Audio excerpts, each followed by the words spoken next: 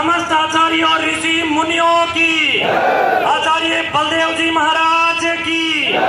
गौ माता की। आदरणीय धर्म प्रेमी बंधुओं, गौ प्रेमी बंधुओं, नौजवान साथियों, प्यारे बच्चों और इस कार्यक्रम में विशेष तौर पर इस कार्यक्रम की अध्यक्षता कर रहे हमारे सीनियर, हमारे मित्र, हमारे लाडले गुरुकुल कालवा के वर्तमान अध्यक्ष श्रीमान आचार्य राजेंद्र जी महाराज, गोरक्षा दल हरियाणा का प्रतिनिधित्व इस कार्यक्रम में कर रहे हमारे आचार्य योगेंद्र जी महाराज, और मेरे साथ इस कार्यक्रम में विशेष तौर पर पहुंचे महान संत महापुरुषों, जिनमें योगी श्री शिवानंद जी महाराज खानपुर कला, मुनीश जी महाराज खानपुर कला, भौचाल महाराज सिसाना कला, गोरक्षा दल बाबा लद्दाना केथल, योगी गंगाईनाथ जी महाराज कंडेला, योगी चमकाईनाथ जी महाराज बड़ौदा, योगी कमलनाथ जी जींद, मुकेश गिरी जी महाराज पोखरी खेड़ी,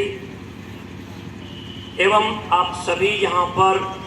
हरियाणा प्रांत के कोने कोने से पहुँचे तमाम पंचायतों के प्रतिनिधि मंडल एवं गांव कंडेला के हमारे अपने,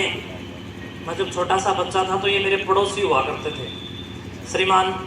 धर्मपाल रेड्डू जी एवं जाट संस्थान के प्रिंसिपल श्रीमान पवन कुमार रेड्डू जी और सभी गोभक्तों, आप सभी के बीच में आज हम सब लोग जिस कार्यक्रम की एक विशेष संगोष्ठी के माध्यम से अपनी आवाज और अपने ललकार को, अपनी पुकार और अपनी चित्कार को, और पिछले दिनों जो राजस्थान से लेकर के हरियाणा तक जिन वो हत्यारों को कुछ लोगों के द्वारा वहां से उठा करके हरियाणा प्रांत में ला करके भिवानी के अंतर्गत किसी क्षेत्र में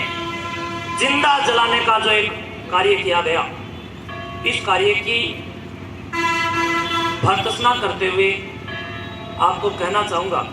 कि हम सब में वास्तव में बहुत सारी कमियां आ गई हैं। आर्य समाजियों से मैं विशेष तौर पर कहना चाहूँगा कि वास्तव में हम सब में ये कमियां आ गई, वरना किसी मुसलमान को छेड़ के देखे ना, कोई कमी हम सब में है। हम सब जो ऋषिदेव दयानंद और गोरक्षनाथ के जो सिपाही हैं, हम लोग अपना गुरु गोरक्षनाथ जी महाराज के ऊपर तनिक भी उन्होंने एक मात्र भी कटाक्ष करने का कोई कार्य नहीं किया। लेखराम जी के द्वारा लिखित स्वामी दयानंद जीवन परिचय में उन्होंने कहा कि मैं इन योगियों की शरण में जाकर के निहाल हो गया। ऐसा योगी जो कि गुरु गोरक्षनाथ को भी साथ लेकर के चल रहे हैं, जो कि संतों की परंपरा में ऋषिकेश से चलता है, हरिद्वार से चलता है, बद्रीनाथ, यमुनोत्री, गंगोत्री की यात्रा करता है, पुष्कर के ब्रह्म मंदिर में बैठ करके वहां वेद भाष्य करता है। वो योगी हमें इस बात का यह संदेश बखूबी दे रहा है कि हम सबको समाज के सर्वांगीण विकास और समाज की सर्वांगीण सुरक्षा के लिए एकजुटता के साथ ही आगे बढ़ना होगा, अन्यथा इस प्रकार की सभाएं आप 1000 कर लेना, कुछ भी फर्क नहीं पड़ने वाला है। आप सब लोग ये छोड़िए, ये नाथ है, ये गिरी है, ये पूरी है, इस प्रकार की भावनाओं और संकुचित मानसिकताओं का त्याग करना होगा, तब जाकर के हम विजयते तरामे के उद्घोष और करणवंतो विश्वमार्यम के उद्घोष को स्थापित करने में सफल होंगे। प्रिय बंधुओं, हम लोग समय रहते अगर ऋषिदेव दयानंद जी का साथ दे दिया होता तो आज ये नौबत भी नहीं आई होती। अगर ऋषिदेव दयानंद जी नहीं होते या गुरु गोरक्षनाथ ना होते, आदि शंकराचार्य ना होते, तो आज हम लोग किसी न किसी मुसलमान या अंग्रेज की बाथरूम में बुर्श मार रहे होते। उन महापुरुषों का बड़ा धन्यवाद है कि उनकी वजह से आज हम सब लोग यहाँ पर स्वतंत्र रूप से बैठ करके एक संगोष्ठी कार्यक्रम आयोजित और प्रायोजित कर रहे हैं। हम सबको उनके स्वप्नों को आगे बढ़ाने के लिए अब एकजुटता का संदेश देना ही नहीं, बल्कि एकजुटता के इस विशेष कार्य पर स्वयं को भी उद्घोषित करना है। इसके साथ साथ आप भारत के अतीत को देखेंगे तो भारत अखंड भारत कहलाता था, और अखंड भारत के जितने टुकड़े हुए, पाकिस्तान भी अखंड भारत का टुकड़ा था, म्यांमार भी अखंड भारत का टुकड़ा था, बांग्लादेश भी इस भारत का टुकड़ा था, नेपाल, भूटान और अड़ोसी पड़ोसी जितने भी देश इस अखंड भारत से टूट करके आज विभिन्न देशों के नाम से सुशोभित होकर के बैठे हैं। बंधुओं, इस बात को आप लोग जरा गौर से देखें कि जो भी टुकड़ा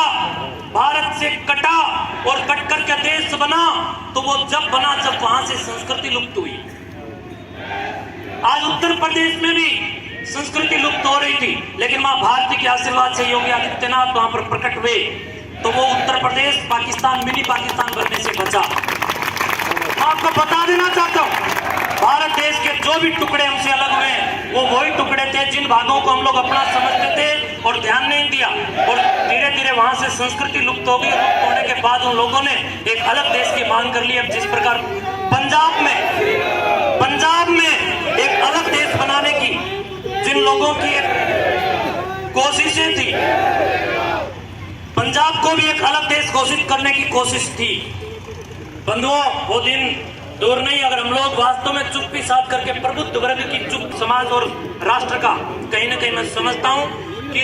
बेड़ा गर्क होता है, पतन होता है। इसलिए हम सबको अब अपनी चेतनाओं के चैतन्य के साथ सामाजिक, आत्मिक उन्नति के साथ साथ मिलकर के सामाजिक कुरीतियों के विरुद्ध, और इस प्रकार जो दिन प्रतिदिन अपनी संख्या बढ़ा करके हमारे सनातन पर्वों, सनातन संस्कृति और सनातन धर्म के विरुद्ध एक बहुत बड़ा बोलबाला खड़ा कर रहे हैं। और इस प्रकार के बोलबाले के माध्यम से वो लोग इस देश के अंदर नीचे नीचे पाकिस्तान का ध्वज लहराने का जो कुंठित प्रयास कर रहे हैं, उन लोगों को मुंह